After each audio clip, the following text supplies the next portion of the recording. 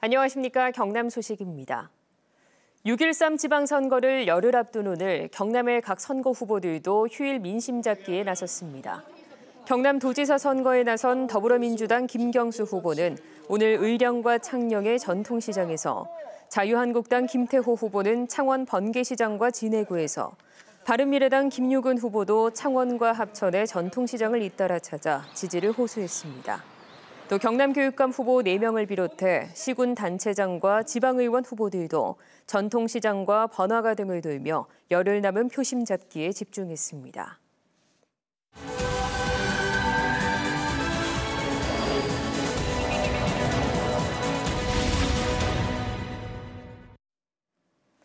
(6.13) 지방선거를 앞두고 오늘은 김경수 전 의원의 경남지사 출마로 치러지는 김해을 국회의원 보궐선거의 후보 4명을 배수영 기자가 소개합니다. 더불어민주당 김정호 후보는 생태도시 김해 재생과 역사문화도시 김해 복원 등을 공약으로 제시했습니다. 생태하천 복원을 했는데 사실 생태계를 온전하게 복원시키기엔 조금 미흡합니다. 그래서 저는 재자연화하고, 자유한국당 서종길 후보는 비엄산 터널 조기 개통과 내외동 삼복도로 건설 등의 공약을 약속했습니다. 실내 비엄산 터널이 착공이 되면 동시에 착공을 한다면 김해 복합 내재시도 빨리 착공이 완공이 되지 않겠나.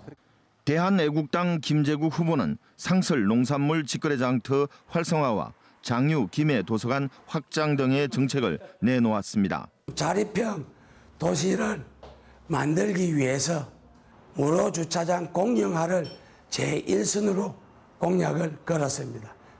무소속 이영철 후보는 경전철 적자 정부 부담과 김해 신공항 전면 재검토 등의 공약을 약속했습니다.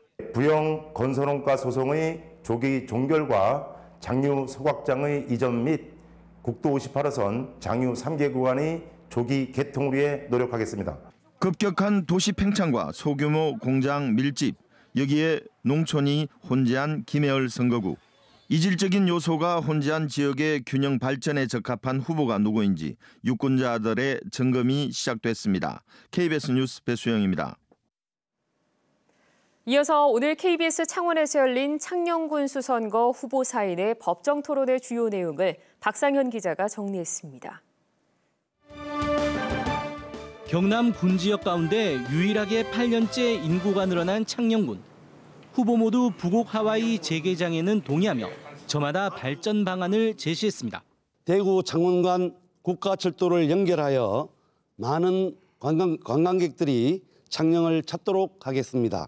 대기업을 유치하고 우리 군 내의 중소기업을 집중 지원하고 규제를 완화하여 기업 경제를 다시 살리겠습니다. 우선 창녕 지자체를 경영하는 군수의 그 경영 마인드가 무엇보다도 중요하다고 봅니다. 남지 자동차 경주장을 신설하는 것입니다. 또한 대합산업단지 직선도로를 개설하고, 창녕 농민의 소득 증대 방안에 대해서도 제각각 대책을 내놓았습니다. 창녕에는 서울농장을 만들고 서울에는 창녕농산물 판매 서울사무소를 설치하도록 하겠습니다. 농업의 6차 산업을 위한 창녕 특별산단을 북부 지역에 조성하겠습니다. 주된 작목의 그 분종기랑 기술개발, 수급 조절 등 그 연구를 활성화하고 이중고가제를 실시해서 농민의 소득 증대를 창출할 것을. 후보들은 저마다 적임자라며 유권자들의 지지를 호소했습니다. 현직 군수가 3선으로 연임 제한에 걸려 불출마한 창녕 군수 선거. 11년 만에 바뀌는 창녕 군수 자리를 누가 차지할지 표심 경쟁이 치열합니다. KBS 뉴스 박상현입니다.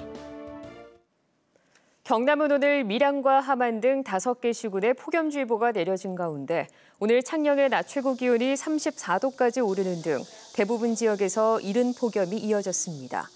내일 경남의 낮 최고 기온은 창녕 30도, 나머지 시군도 27도에서 28도 사이로 오늘보다 평균 2, 3도 정도 낮겠고, 모레는 비가 한 차례 내리면서 더위도 주춤할 것으로 예보됐습니다. 한낮 최고 기온이 30도가 넘는 이른 무더위로 거제 지역 해수욕장이 지난해보다 최대 일주일 정도 일찍 개장합니다. 거제 지역 해수욕장 17곳 가운데 학동 흑진주 몽돌이 오는 23일에 개장하고 구조라와 와현 모래숲 등 10곳은 오는 30일부터 피서객을 맞이합니다. 지난해에는 거제 지역 해수욕장들이 7월 1일에 동시 개장했습니다. 창원 지역 여자고등학교에서 성희롱과 추행 등의 피해 사실을 알리는 이른바 스쿨미투가 잇따라 나오면서 경남교육청이 관련 전담팀을 가동했습니다.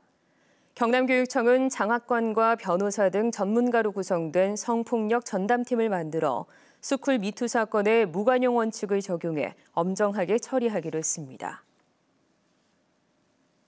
오늘 새벽 1시 반쯤 창원시 양덕동의 한 아파트 11층에서 불이 나 74살 최 모 씨가 손 등에 2도 화상을 입고 병원으로 옮겨졌습니다.